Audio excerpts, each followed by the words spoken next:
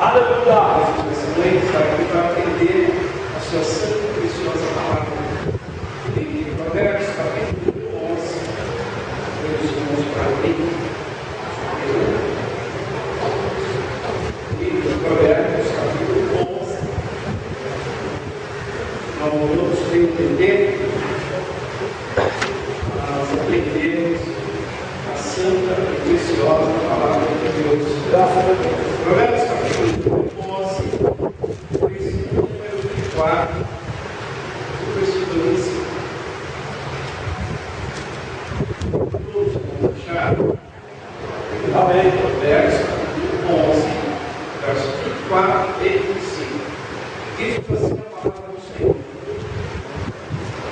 Alguns há que espalha e ainda se lhes acrescenta mais, e outros que retêm mais do que é justo, mas é para a sua perda. A alma generosa engordará, e o que rega também será regado. Amém, Jesus. Eu li aqui na versão do Gira, o verso de número 24, essa versão do Gira, não para nós entender, mas eu vou ler agora na NPI, e vocês vão ver como entender melhor ainda. Quem tem uma NPI vai ler, e não sabe, eu vou ler aqui, você vai ouvir, e é claro que já a interpretação do versículo. Eu vou ler aqui agora na NPI, o mesmo verso 24 do capítulo 11. Diz assim na NPI: a quem dê generosamente e vê aumentar a sua riqueza, com as suas riquezas, outros que retém o que deveria dar e cai na pobreza. Viu? Para entender bem mais claro, aí ele diz o verso 25 na NPI. O generoso, a expressão generoso ela vai aparecer nas duas versões. O generoso prosperará. Quem dá alívio aos outros, alívio receberá.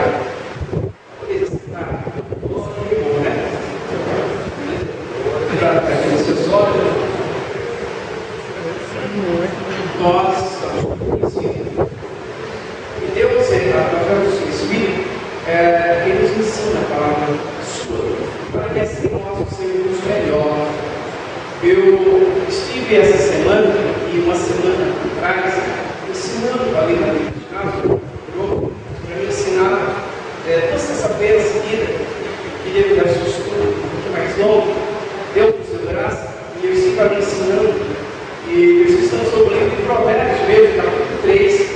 Só que eu queria que eles talvez fosse 35 versículos, era muita coisa. E ontem eu parei no verso 10 e tratando das bênçãos, eu estava falando, como o tema do ensino era princípios para sermos abençoados por Deus. Eu tratei de vários princípios, mostraram tudo no capítulo 3. Aí terminei, parei no verso 10, deu para conseguir, mostrando o resultado do capítulo, verso 10 do capítulo 3 de Provérbios, que é uma consequência do verso 9. Esse é o livro aqui, vocês viram também se alguém quer acender aqui sobre a oferta dele, Provérbios 3, 9 e 10, honra ao Senhor com a tua fazenda e com as primícias da tua terra. Aí o verso 10, e encherão de moço os seus lagares. Não é isso? Eu estava mostrando sobre isso, mas mostrando princípios para ser abençoado. Mas então eu estava olhando a Deus e eu vou continuar com o verso 10 lá, mas em outro texto. Eu quero falar hoje sobre princípios para sermos abençoados. Vou tratar de vários, mas tem um que é de suma importância nós tratarmos desse assunto. Eu falo hoje da liberalidade do cristão. Falar desse assunto, da liberalidade. Ou seja, você semear e você plantar e você cuidar, é isso que o Espírito está falando. Eu vou tratar e vou mostrar através da Bíblia Sagrada um estudo com exemplos, tá? Eu estava ministrando o assunto, mostrando para os irmãos exemplos bíblicos pelos quais nós devemos observar, procurar manter o que a Bíblia nos ensina e ver que Deus é fiel naquilo que Ele fala. Ou seja, se Deus Ele pede algo de nós, para estar consciente que Ele é poderoso para nos abençoar. Amém, meus irmãos? Então eu vou tratar sobre isso. princípio é sobre a liberalidade do cristão. E abrir a mão. Abrir a mão para a obra de Deus. Abrir a mão para o ministério. Abrir a mão para os domésticos da fé. Abrir a mão para o nosso semelhante. Ajudar até aquela pessoa que nós não conhecemos. Vou mostrar de uma forma prática. Na Bíblia, o resultado disso. Ou seja, vou te ensinar algo, vou mostrar através da Bíblia que isso dá resultado. Se nós assim agirmos, nós teremos resultado que é provido por Deus. Ou seja, Deus vai prover as nossas vidas. Tá? Sobre a liberalidade. Nós, muitas das vezes, ouvimos cristãos, às vezes até fazendo uma crítica. Por exemplo, crítica a alguma instituição. Alguma instituição que é de caridade, que ajuda pessoas, que ajuda famílias, que ajuda afavelados, pessoas de rua. E às vezes a crítica. Eles fazem isso, mas não tem a salvação. Importante é a salvação. É lógico que é a salvação. Nós sabemos através da palavra de Deus que através das nossas obras não vamos comprar a salvação. Por exemplo, na carta de Paulo aos Efésios, capítulo 2, a partir do verso 5, 6, 7, mas também no verso 8, nós temos a explicação de Paulo que a salvação é um dom de Deus e não vem das obras dos homens para que eles não se falhem. Então nós sabemos que de fato vamos comprar a salvação pelo que nós praticamos de obras. Mas nós sabemos que Paulo vai terminar no verso 10, no capítulo 2 de Efésios, mostrando que nós somos chamados para a salvação, mas também para a prática das boas obras. Ou seja, não posso ficar falando que ele faz isso, mas não tem salvação. Quando eu creio que eu tenho a salvação por meio de Cristo Jesus, eu preciso entender que eu preciso ver aquilo que eu ensino. Com aquilo que eu aprendi, pelo menos é isso que a palavra de Deus nos ensina. Em 1 João capítulo 2, verso 6, João disse isso, que aquele realmente está em Jesus, não é como Jesus falou. Então nós somos chamados para viver a verdade do que o Evangelho nos ensina. Ou seja, eu como salvo, eu devo praticar boas obras.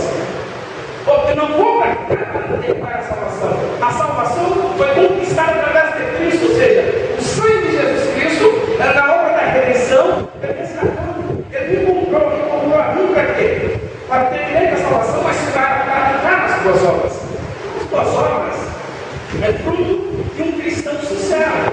Um cristão que realmente leva a palavra de Deus a sério, ele precisa entender isso. Deus nos chamou para que nós dessemos fruto, para que nós praticássemos boas obras. E aí eu lembro que foi o ensinamento da liberalidade. Do cristão ser liberal em relação a abrir a mão para a obra de Deus. Eu ensino na verdade, Deus procura pessoas que abrem o coração para Ele. Porque tem muitas pessoas abrindo realmente só o bolso e a mão, mas infelizmente o coração está longe de Deus. Então, o segredo para o cristianismo é abrir o coração. Porque um cristão com o coração aberto para Deus jamais terá a mão fechada ou o bolso fechado. Então, o segredo ensinamento ao cristão é primeiro abrir o coração.